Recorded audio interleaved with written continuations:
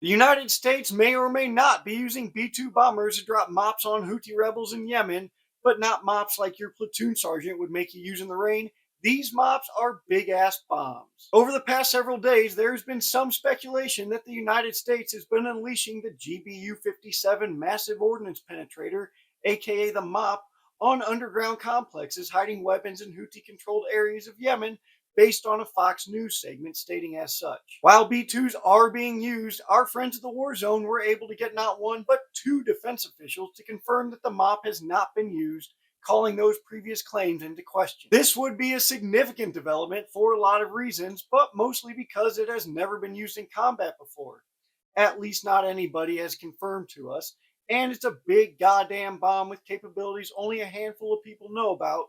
So let's see what makes this so special. For starters, it weighs 30,000 pounds, or approximately 2 to 6 elephants, which is about 43% larger than the mother of all bombs at 21,000 pounds, which we all got to see being used in Afghanistan in 2017. It only contains about 5,300 pounds of explosive payload, though, which compared to the Moab's 18,000 pounds isn't very much, but that's okay because it doesn't need a lot. What it does need to do is penetrate nice and deep like into those underground bunkers like the one Iran recently showed off. Just how deep it can get, only a few people know for sure, but figures from early documents suggest at least 60 meters or 200 feet.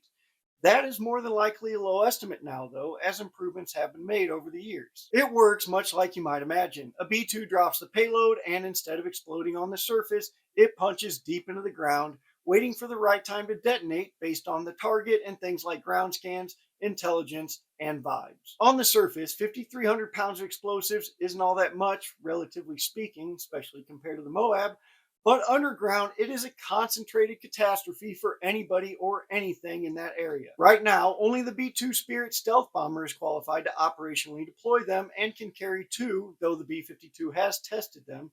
So if they were being used in Yemen, moving B-2s to Diego Garcia makes more sense. What wouldn't make sense, maybe, is using a bomb that we don't have a lot of, with estimates ranging anywhere from 20 to who the hell knows, on Houthi targets. This would also mean showing our enemies its capabilities, knowledge they can use to fortify their current bunkers, or improve the designs for future ones. The use of MOPs in Yemen would certainly be a message to Iran, like the B-2s, but until there's confirmation or a sweet video like from the Moab, we just can't say for sure.